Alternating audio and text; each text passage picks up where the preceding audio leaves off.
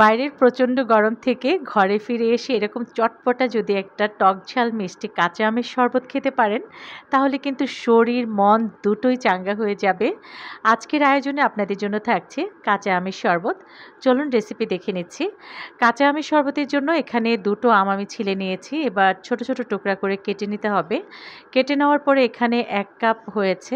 আমের টুকরাগুলো একটা ব্লেন্ডার জগে নিয়ে নিতে হবে। পুদিনা পাতা দিয়ে দিলাম 15টি, ধনিয়া পাতা 1 টেবিল চামচ, কাঁচামরিচ কুচি করে 1টি দিয়ে দিলাম, 1 চা চামচ দিচ্ছি বিট লবণ, হাফ চা চামচ টালা জিরার গুঁড়া, 4 টেবিল চামচ দিয়ে দিয়েছি চিনি, 1 টুকরা লেবুর রস দিয়ে দিচ্ছি।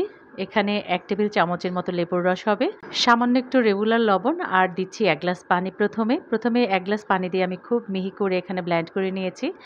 যদি একবারে বেশি করে পানি দিই তাহলে কিন্তু এভাবে মিহি হবে না, এজন্য অল্প করে পানি দিয়ে প্রথমে মিহি করে নিতে হবে সব কিছু। তারপর দিতে হবে আরও 2 গ্লাস পানি। এবার আবারও আমি ব্লেন্ড করে নিয়ে এসেছি। খুবই পারফেক্ট একটা শরবত হয়েছিল। আমি যে পরিমাণে দিয়েছি আপনারা যদি এভাবে দেন তাহলে আপনাদের শরবতটাও কিন্তু পারফেক্ট হবে।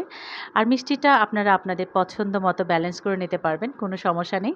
2টো গ্লাস নিয়ে নিলাম, দিয়ে দিচ্ছি বরফের কিউব। আগে থেকেই আপনি বরফটা শরবতের সাথে অ্যাড করে রাখবেন না, যখন সার্ভ করবেন তখন এভাবে বরফ দিয়ে দিতে হবে। আশা করছি আজকের রেসিপি ভালো লেগেছে। যারা ইউটিউব থেকে ভিডিওটি দেখছেন প্লিজ প্লিজ প্লিজ আমার চ্যানেলটিকে সাবস্ক্রাইব করে আমার পাশে থাকবেন, লাইক কমেন্টস করবেন। আর যারা ফেসবুক থেকে দেখছেন পেজটাকে ফলো দিয়ে একটা লাইক দিয়ে দিবেন। আল্লাহ হাফেজ।